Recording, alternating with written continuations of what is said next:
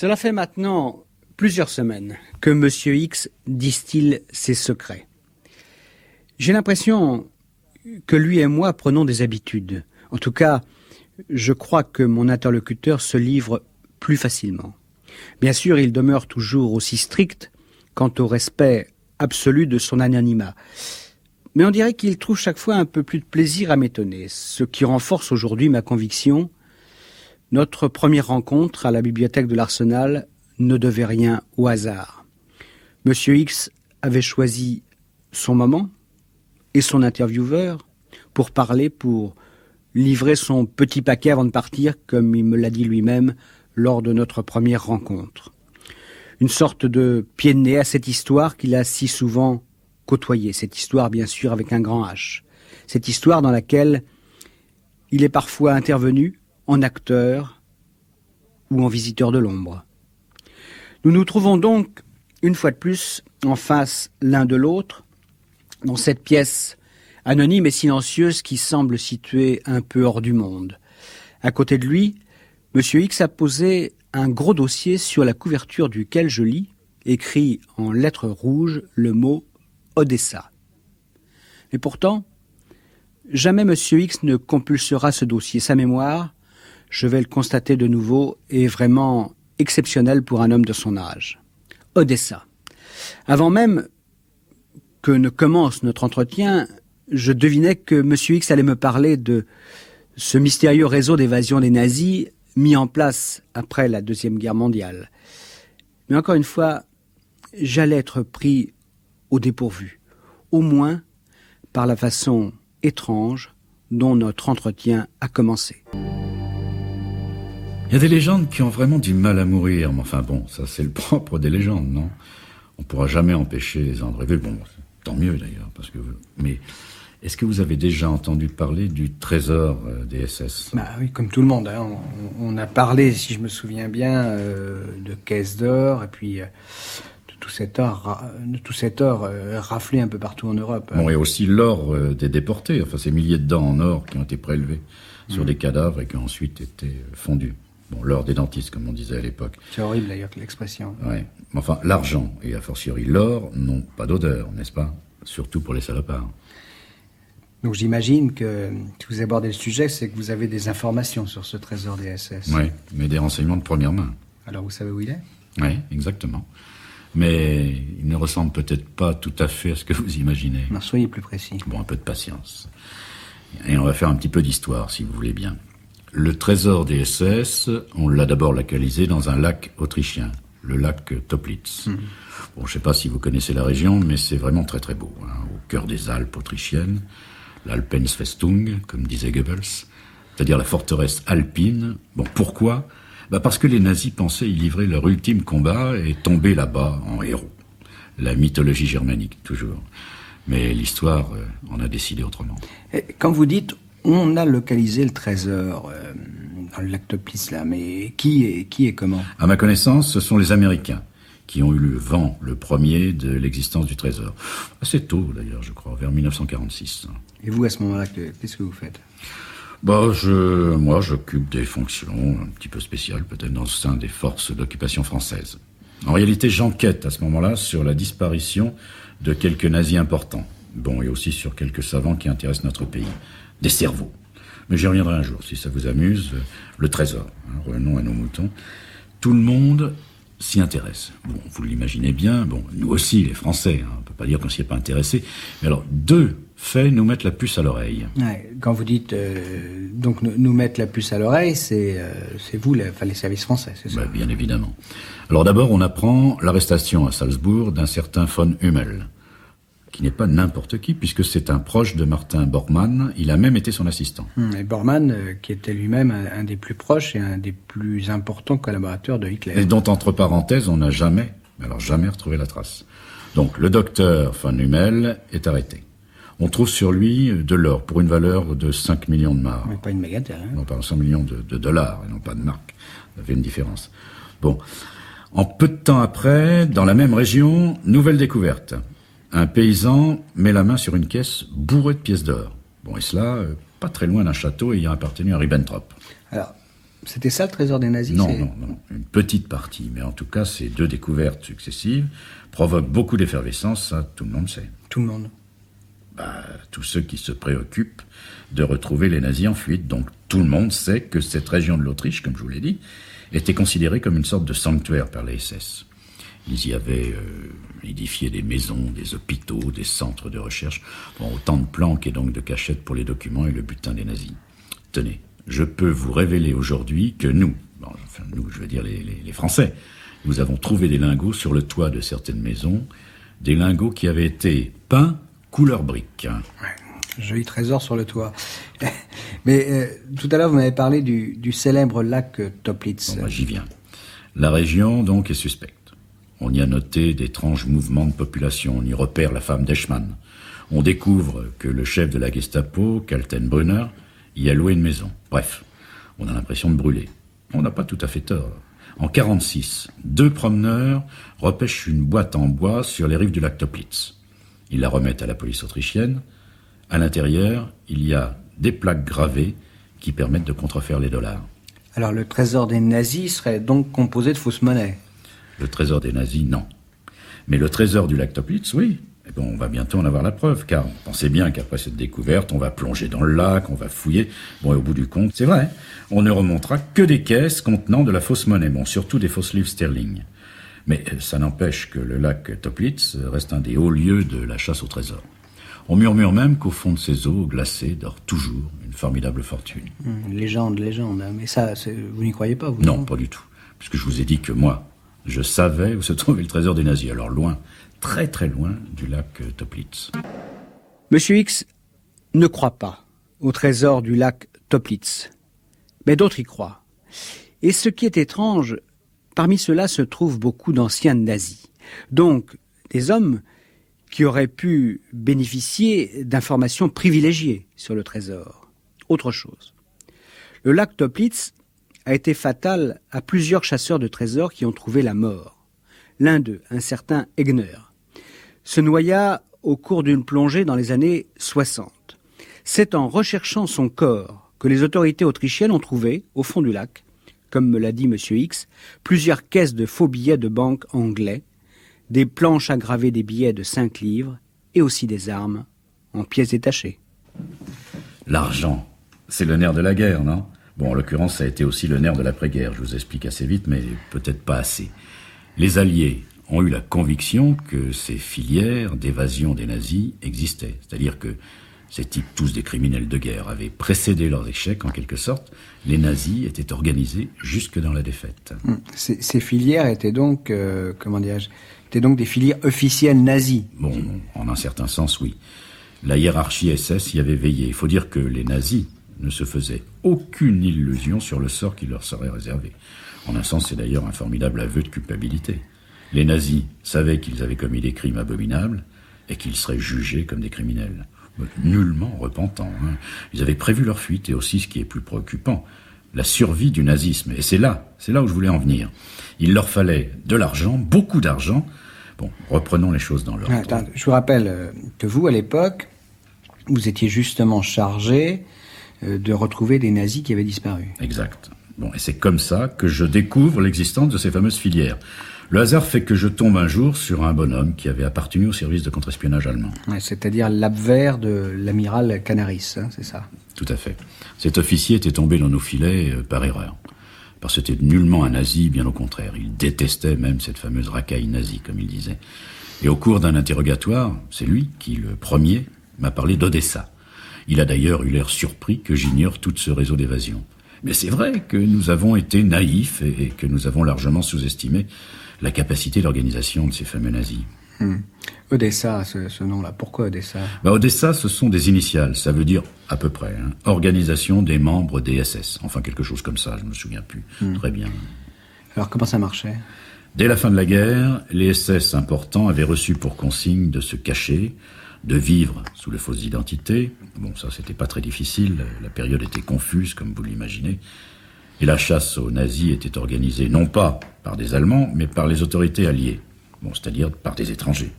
Alors que les SS, eux, ils étaient chez eux, comme des poissons dans l'eau. Ils devaient donc vivre discrètement, en attendant qu'on les exfiltre, comme on dit maintenant. Et Odessa, c'était d'abord ça, une organisation qui permettait aux anciens SS de quitter l'Allemagne clandestinement. Mais comment quitter l'Allemagne et puis surtout pour aller où?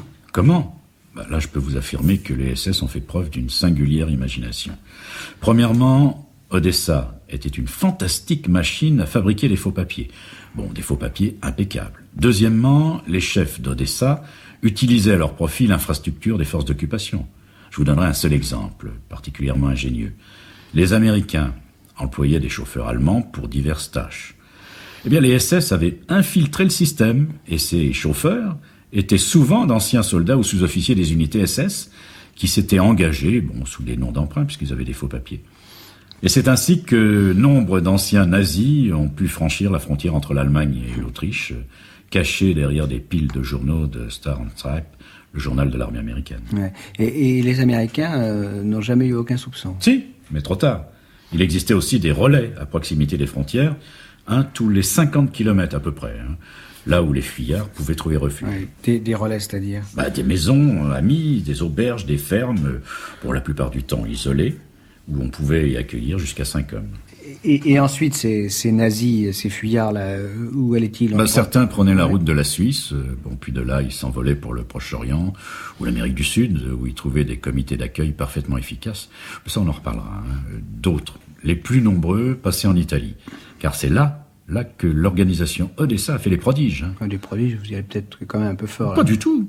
Avez-vous déjà entendu parler de la route des monastères, M. Pénaud? La route des monastères italiens.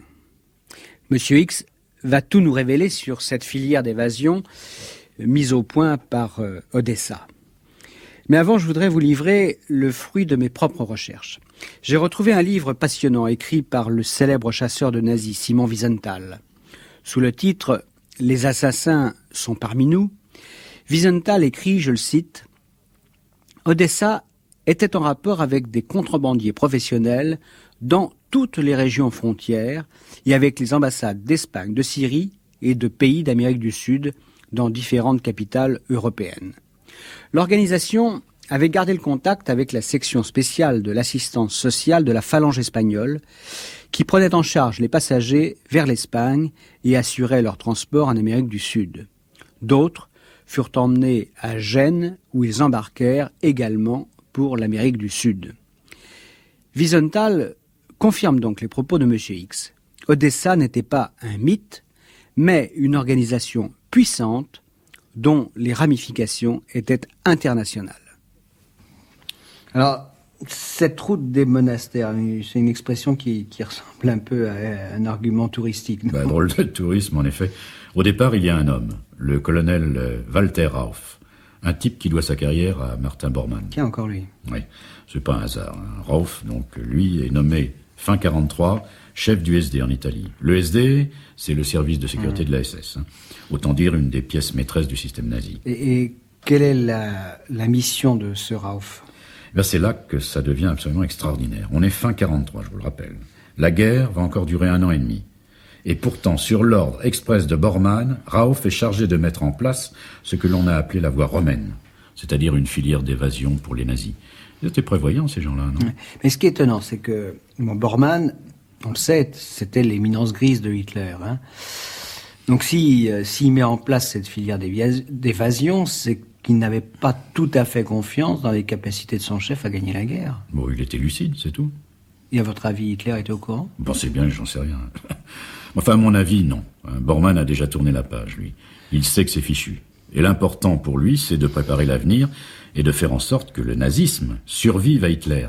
C'est pour ça qu'il demande à Rauff d'organiser la voie romaine, c'est-à-dire la route des monastères. Alors, les monastères, il fallait donc des complicités religieuses. Naturellement. Rauff avait un allié dans la place, Monseigneur Aloïs Sudal, le chef des catholiques allemands qui vivaient en Italie. Un évêque qui n'a jamais caché ses sympathies pour les nazis. Avec son aide, mais aussi celle d'un religieux croate, Draganovic, Rauff court de couvent en couvent. Et il convainc les moines d'accueillir, le moment venu, les réfugiés allemands. Et comment il les convainc? Très simple. Il leur dit que bientôt les communistes vont prendre le pouvoir en Italie. Il sera donc de leur devoir sacré de protéger tous ceux que les communistes vont pourchasser. Et les moines, surtout les franciscains, acceptent. Certains par conviction, d'autres par esprit de charité. Il faut d'ailleurs observer que ce sont parfois les mêmes qui ont protégé et caché les Juifs et qui, ensuite, dissimuleront les nazis. Ça doit être ce qu'on appelle l'ironie de l'histoire. Oui, mais je vous rappelle en tout cas qu'en France aussi, un type comme Touvier a reçu l'assistance de religieux lorsqu'il lui a fallu se cacher. Oui, bon, il y a vraiment beaucoup de secrets dans les communautés religieuses, mais enfin, n'exagérons pas. Ce qui compte, c'est que Raouf remplit à la perfection la mission que Bormann lui a confiée. La voie romaine est prête pour le jour où le Troisième Reich s'effondrera. Qu'est-ce qu'il est devenu, ça, Raouf? Aujourd'hui, je l'ignore. Bon, sans doute est-il mort. Enfin, pendant longtemps, il a été, je crois, éleveur de moutons au Chili. Enfin, c'était pas tout à fait un éleveur comme les autres, parce qu'il voyageait beaucoup, et qu'il disposait d'une fortune assez considérable. Mais rien chez ce sinistre individu n'était vraiment ordinaire. Puis nous n'avons pas fini d'en parler. Je vais d'abord vous expliquer pourquoi cette fameuse filière romaine a fonctionné aussi bien. Je vais vite. Au printemps 1945, Raouf met la main sur les archives secrètes du parti fasciste. Ça, c'est extraordinaire, mais comment? Là, j'avoue, je ne sais pas. Enfin, n'oublions pas qu'au printemps 1945, on voit l'effondrement total des fascistes. Et je crois que c'est fin avril que Mussolini lui-même est interpellé et mis à mort. D'ailleurs, en Italie, les Italiens ne comptent plus. Ce sont les Allemands qui ont les choses en main, même si c'est pour peu de temps.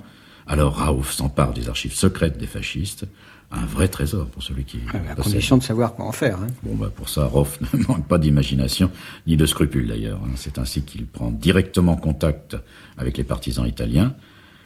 Et il leur signale tout simplement, je possède les archives des fascistes, je détiens les noms de tous les militants, de tous les agents secrets, de tous les délateurs. Alors, donnant. Et qu'est-ce qu'il demande en échange? La liberté d'agir à sa guise en Italie, enfin l'impunité pour son réseau. Et les partisans italiens, dont beaucoup de communistes, les partisans italiens acceptent. Oui, aussi étonnant que ça apparaisse, mais bon, il faut comprendre que ces archives sont essentielles pour eux. C'est grâce à ces archives qu'ils vont pouvoir épurer, traquer les fascistes, les juger. Bon, et tant pis si en échange, ils doivent fermer les yeux sur l'existence de la filière des fugitifs nazis. Ouais, encore une fois, ça me semble quand même tout à fait extravagant. Mais c'est pourtant la vérité. Et autant vous dire que Raouf n'a pas donné ses archives en une seule livraison. Non, il a fait durer le plaisir. Parce que tant qu'il détenait des documents, il était en sécurité. Et avec lui, le réseau Odessa, la fameuse route des monastères. Mais Raouf n'en est pas resté là. Ah, ça y est, on va quand même retrouver le trésor. Et effectivement, ce fameux trésor des nazis. Car Raouf et son compère Bormann ont été parmi ceux qui ont permis que ce fabuleux trésor passe à travers les mailles du filet. J'ai retrouvé la trace de ce Raouf dans un ouvrage de Philippe Aziz sur les criminels de guerre nazis. Entre parenthèses, au Chili, Raouf était plus homme d'affaires qu'éleveur de moutons. Et il a surtout été chef des services de sécurité chiliens sous Pinochet en 1974. Aziz raconte qu'en 1945, Raouf a été arrêté en Italie par les Américains et emprisonné. Mais, grâce à l'intervention d'un prêtre, il a été transféré dans un hôpital militaire près de Milan.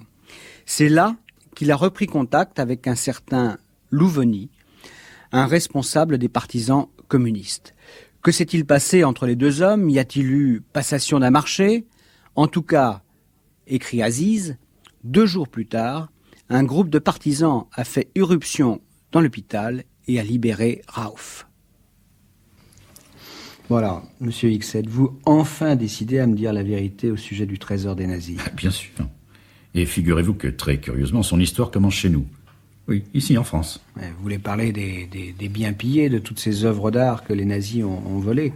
Pas du tout. Je veux parler d'une réunion de messieurs très grave et très important, réunion qui s'est tenue très exactement le 20 juillet 1944 à l'hôtel de la Maison Rouge, place Kléber, à Strasbourg.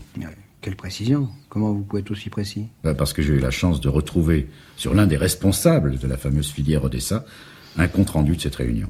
Bon, et sans exagérer, je peux vous dire qu'il s'agit là d'un des secrets les plus considérables de la Deuxième Guerre mondiale. Admettons. Alors, qui étaient ces messieurs, comme vous avez dit, graves et importants? Tout simplement le gratin de la finance et de l'industrie du Troisième Reich. Tous. Ils étaient tous là. Krupp, bien sûr, mais aussi les patrons de Messerschmitt, IG Farben, Thyssen, etc. Et qui trouvons-nous également au milieu de cette assemblée des maîtres de l'économie allemande? Bormann et son compère Walter Rauff. Surprenant, non? Oui. En tout cas, bon, alors, quel était le but de cette réunion ultra-secrète? Sauver le nazisme, tout simplement. Assurer sa survie. Et l'homme clé, c'est Bormann. Encore lui. Eh oui, il ne pense plus à la Deuxième Guerre mondiale. Pour lui, tout est fini. Mais ça va encore durer 10 mois quand même. Hein. Non, il sait très bien que c'est terminé. Et déjà, il pense à la prochaine. La Troisième Guerre mondiale? Guerre militaire ou guerre idéologique, peu importe. Hitler sera vaincu, d'accord. Mais pas son message. Mais pas son idéologie. Voilà ce que Bormann a en tête. Et s'il a réuni tous ces industriels et financiers qui pèsent ensemble des dizaines de millions de marks, hein, c'est pour ça, je vous le disais tout à l'heure, le nerf de la guerre. Il n'y a pas de combat possible sans argent. Alors, s'il les réunit, c'est pour leur soutirer de l'argent? Non, mieux que ça. Il leur demande de transférer des fonds à l'étranger, d'ouvrir des comptes secrets, de créer des sociétés, d'investir dans les entreprises existantes, et il n'a pas de mal à être convaincant. Quand l'Allemagne sera occupée, vos banques, vos biens, vos usines, leur dit-il, seront confisqués. Alors, faites vite. Et ce jour-là, on décide donc de mettre en place un véritable réseau financier clandestin et international. Vous comprenez maintenant? Oui. Alors le vrai trésor des nazis, c'est ça. Voilà. Il était absolument inutile de le chercher au fond du lac Toplitz. Il se trouvait donc dans des coffres-forts un peu partout dans le monde. Des dizaines, des centaines de sociétés ont été constituées. À leur tête, des hommes de paille, strictement contrôlés. Et puis derrière toute cette organisation, il y avait bien sûr la fameuse peste brune, la machinerie nazie. Et c'est comme ça que les filières d'évasion ont été financées. Odessa, la voie romaine, la route des monastères. Oui, Odessa. Parce que ça coûtait très cher, l'organisation et le financement d'un réseau aussi sophistiqué. Et puis, il fallait non seulement faire évader les responsables nazis, leur fabriquer une nouvelle identité, mais il fallait aussi leur trouver des situations dans les pays d'accueil où on les envoyait. Et grâce à ces sociétés fondées à l'étranger, c'était facile. Il y a une parenthèse, puisqu'on le film de Madonna vient de sortir, là. On dit que grâce à Evita Peron et à son mari, Peron, 15 000 nazis ont trouvé refuge en Argentine. Ça fait peut-être partie de votre histoire, ça aussi. Enfin bon. Vous s'en faites partie. Mais alors, on les a pas tous situés, exactement. Mais alors l'or, hein, c'est l'or des dentistes, hein, cette horrible expression que vous avez employée tout à l'heure. Là, cet or, il existait quand même bel et bien. Alors qu'est-ce qu'il est devenu? Il a été tout simplement transformé en lingots qui ont été transférés discrètement dans les banques à l'étranger. Bon, il a aussitôt servi d'ailleurs à monter ces fameuses sociétés, puis à leur assurer des fonds propres. Il a été blanchi en somme. Hein. Mais vous avez dit que l'idée de Bormann, c'était de sauver le nazisme d'abord. Hein. Oui, c'était son idée. Voilà, mais de quelle façon? Parce que on pouvait sauver les hommes, mais sauver l'idéologie. L'argent devait servir à financer des publications, des journaux, à acheter des hommes. Bon, toujours la même technique, quoi, la subversion. Et ça a marché? Il suffit de voir ce qui s'est passé en Amérique du Sud. Derrière tous les régimes autoritaires, il y avait l'ancien nazi. Au Paraguay, au Chili, en Argentine. On vient d'en parler de l'Argentine. Et puis dans certains pays arabes aussi, qui finançaient la propagande antisémite. Sinon ces hommes de l'ombre escapés du Troisième Reich. Alors aujourd'hui? Leur brin existe toujours. Bon, il a pris maintenant des couleurs respectables. Il a été investi dans des sociétés au-dessus de tout soupçon. Enfin, il faut quand même rester vigilant. Les nazis ne renoncent jamais. Bon, et puis leur fameux trésor peut à tout moment servir à financer la renaissance de la peste brune. Il suffit simplement de voir la montée en puissance des partis d'extrême droite et des intégrismes de tout poil.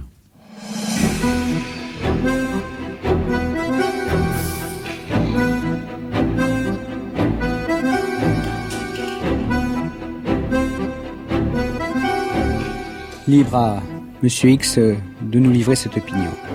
Mais dans l'ouvrage de Wiesenthal, dont je vous ai déjà parlé, j'ai trouvé mention d'un rapport américain établi après-guerre. Il met en évidence l'existence de 750 sociétés montées dans le monde entier par les Allemands avec des fonds allemands.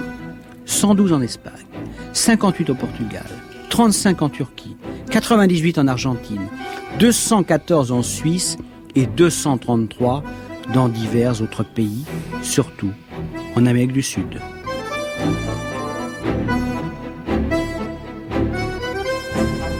C'était Patrick Pénaud, rendez-vous avec X aujourd'hui, le réseau Odessa, une rediffusion du 25 janvier 1997.